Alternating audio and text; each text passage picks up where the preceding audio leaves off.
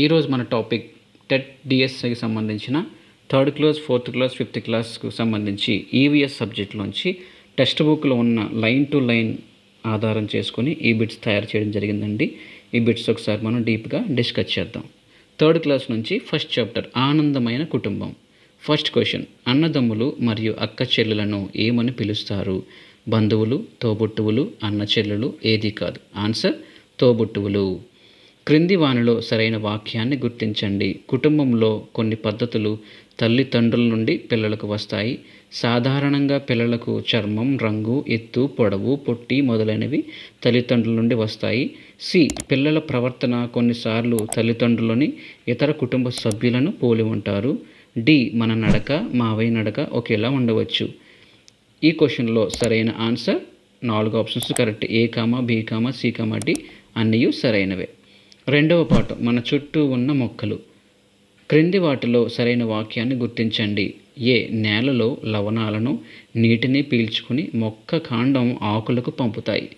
B, మొక్కలకు వేర్లు ముఖ్యమైన భాగాలు. సి, కాండం వేర్లు పీల్చుకున్న నీటిని, లవణాలను కాండం మొక్కలోని వివిధ భాగాలకు అందజేస్తుంది. ఏ సరైనది, బి సరైనది, ఏ కామా సి సరైనది, ఏ కామా బి కామా సి సరైనది. Correct answer fourth option, A comma B comma C సరైనవి. నెక్స్ట్ క్వశ్చన్, మొక్క పెరిగి పెద్దదయ్యే కొద్దీ వాటి కాండాలు కూడా బలంగా మారుతాయి. అయితే ఈ బలమైన కాండాన్ని ఏమని పిలుస్తారు? ఆప్షన్ 1 గుల్మాలు, పొదలు, రాను, పాకే మొక్కలు. మొక్క పెరిగే పెద్దదయ్యే కొద్దీ కాండం బలంగా పెరిగితే దానిని మ్రాను అంటారు. మ్రాను third option is the right answer. Next question, మ్రాను గురించి ఈ క్రింది వాటిలో సరైనది. మ్రానులు బెరడుతో కప్పి ఉంటాయి. కాండాలు బలంగా మారుతాయి. ఏ సరైనది, బి సరైనది, రెండూ సరైనవి. రెండు సరైనవి కావు. కరెక్ట్ ఆన్సర్ థర్డ్ ఆప్షన్, రెండు సరైనవి. నెక్స్ట్ క్వశ్చన్, గుల్మాలు గురించి ఈ క్రింది వానిలో సరైనవి. మెత్తగా ఆకుపచ్చ రంగు కాండాలు కలిగి ఉన్న మొక్కల్ని గుల్మాలు అంటారు. గుల్మాలకు ఉదాహరణ తులసి, గోధుమ. ఏ సరైనది, బి సరైనది, ఏ కామా బి సరైనది. Third option is the right answer. Next question, క్రింది వానిలో సరైన వాక్యాన్ని గుర్తించండి. ఏదైనా ఒక ఆధారాన్ని పట్టుకుని పెరిగి మొక్కల్ని ఎగబాకే మొక్కలు అంటారు. అంటే ఒక ఆధారాన్ని పట్టుకుని పెరిగే మొక్కల్ని ఎగబాకే మొక్కలు అంటారు. నేలపై పాకుతూ పెరిగే మొక్కల్ని పాకే మొక్కలు అంటారు. తులసి సన్నని కాండం అయితే మామిడి గట్టి కాండం కలిగిన చెట్టు. మ్రాను చెట్టుకు ఉదాహరణ గోధుమ, తులసి. ఏ సరైనది, బి సరైనది, ఏ కామా బి కామా సరైనవి, A comma B comma C comma D సరైనవి. ఇక్కడ right answer third option, A comma B comma C అనేవి కరెక్ట్ ఆన్సర్స్. నెక్స్ట్ క్వశ్చన్, పాకే మొక్కలకు ఉదాహరణ ద్రాక్ష, కాకర, తులసి, గోధుమ, పుచ్చకాయ, గుమ్మడికాయ, గులాబీ, మందార. కరెక్ట్ ఆన్సర్ పాకే మొక్కలకు ఉదాహరణ పుచ్చకాయ, గుమ్మడికాయ. నెక్స్ట్ క్వశ్చన్, ఎగబ్రాకే మొక్కలకు ఉదాహరణ ద్రాక్ష, కాకర, తులసి, గోధుమ, గులాబీ, మందార, గుమ్మడికాయ, పుచ్చకాయ. Correct answer is first option, ద్రాక్ష, కాకర. నెక్స్ట్ క్వశ్చన్, సరైన వాక్యం గుర్తించండి. సన్నని కాండం గల మొక్కలకు ఉదాహరణ తులసి, గట్టి కాండం గల మొక్కలకు ఉదాహరణ మామిడి. ఆప్షన్స్ ఏ సరి, బి సరైనది, ఏ కామా బి సరైనవి, ఏ కామా బి కామా సరైనవి కావు. కరెక్ట్ ఆన్సర్ ఏ కామా బి సరైనవి. థర్డ్ చాప్టర్, మన చుట్టూ ఉన్న జంతువులు. ఇక్కడ జతపరచమని ఇచ్చాడండి. వన్యమృగాలు, భూచర జీవులు, జలచర జీవులు, ఉభయచర జీవులు. వన్యమృగాలు అంటే అడవుల్లో నివసించేవి. భూచర జీవులు అంటే భూమి మీద నివసించేవి. జలచర జీవులు అంటే నీటిలో ఉండేవి. ఉభయచర జీవులు అంటే నీటిలోనూ భూమి మీద నివసించేవి. Correct answer is first option. అవి చూసుకోండి. నెక్స్ట్ క్వశ్చన్, పుష్పాల్లో మకరందం పీల్చుకునేవి సీతాకోక చిలుక, తేనెటీగలు. ఈ రెండు కూడా పుష్పాల్లో ఉన్న మకరందాన్ని పీల్చుకుంటాయి. నెక్స్ట్ క్వశ్చన్, సహజ పారిశుద్ధ్య కార్మికులకు ఉదాహరణ సహజ పారిశుద్ధ్య కార్మికులకు రాబందు, నక్కలు, కాకి అన్నీ. Fourth option is the right answer.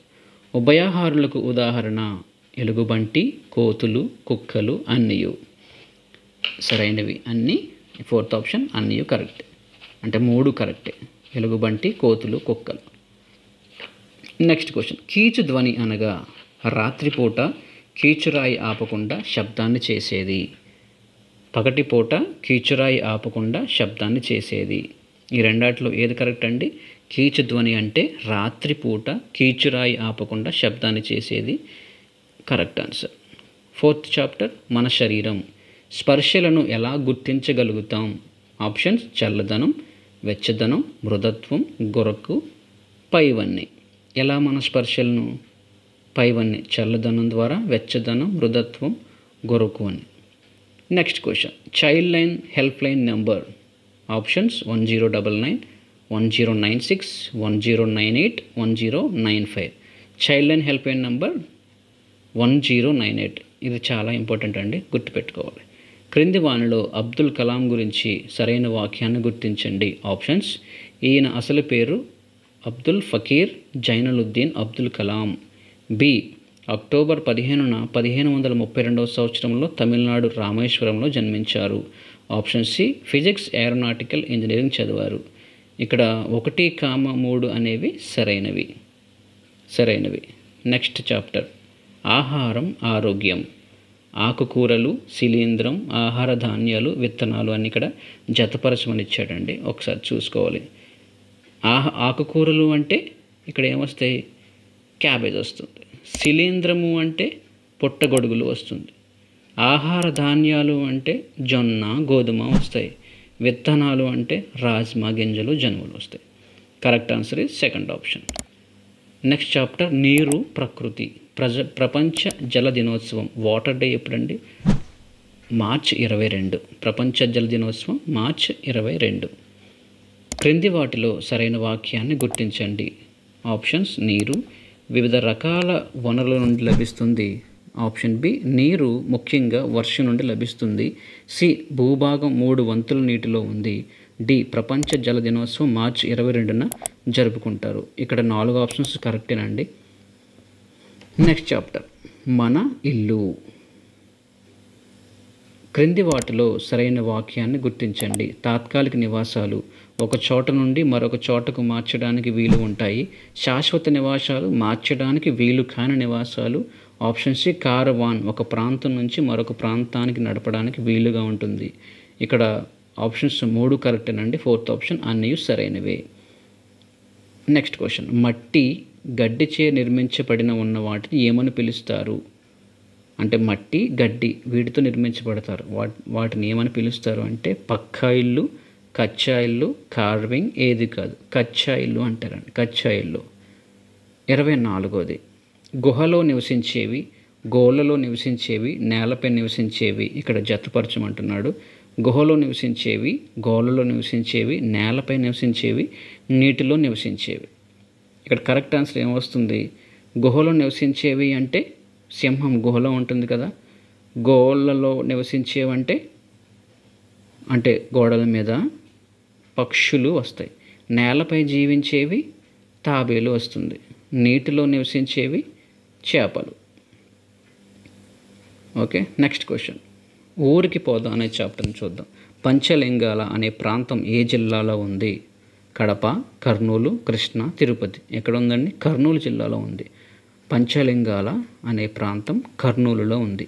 రవాణా విధానంలో ముఖ్యమైన రోడ్ల తయారీకి వాడే పదార్థాలను బట్టి రోడ్లను ఎన్ని రకాలుగా విభజించవచ్చు? 6 రకాలుగా విభజించవచ్చు అంట.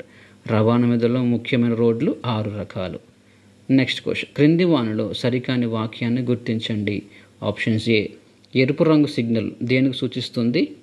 పచ్చ రంగు సిగ్నల్, ఆరెంజ్ రంగు అని ఇక్కడ 3 డిఫరెన్సెస్ ఉన్నాయి.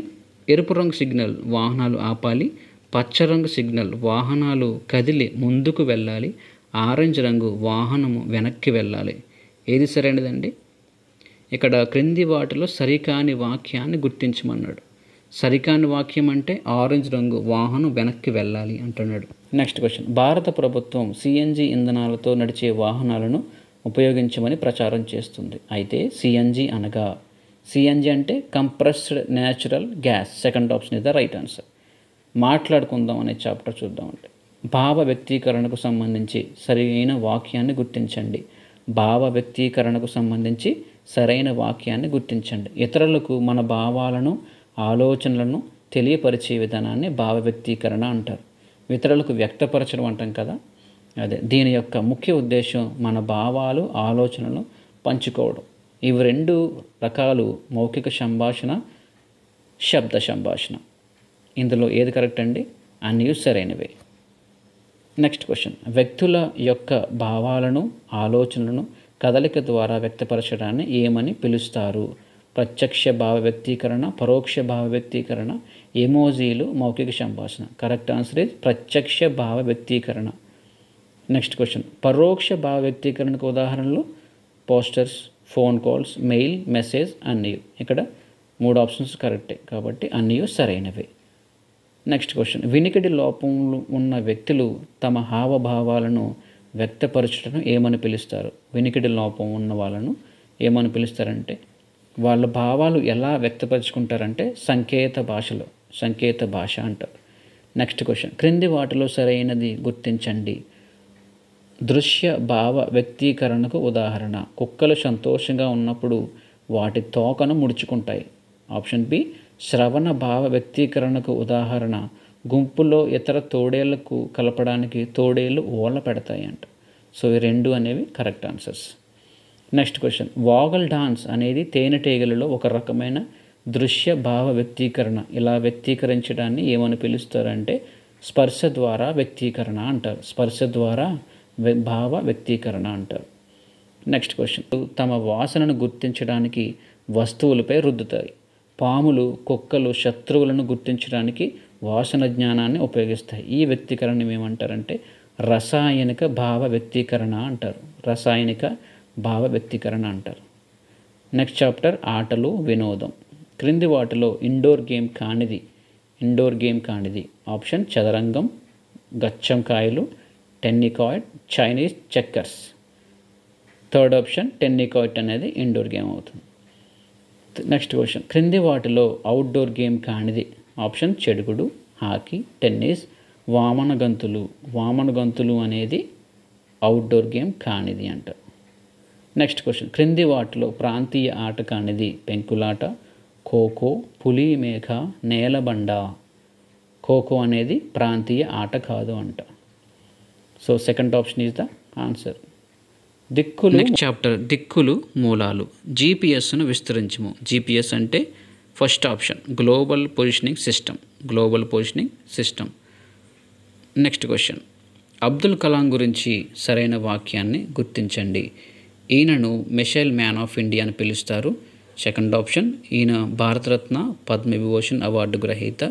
థర్డ్ ఆప్షన్ రాసిన పుస్తకాలు wings of fire, India 2020, ignited minds, indomitable spirit. ఇవన్నీ సరైనవి అని. Fourth option is the correct answer. Thank you.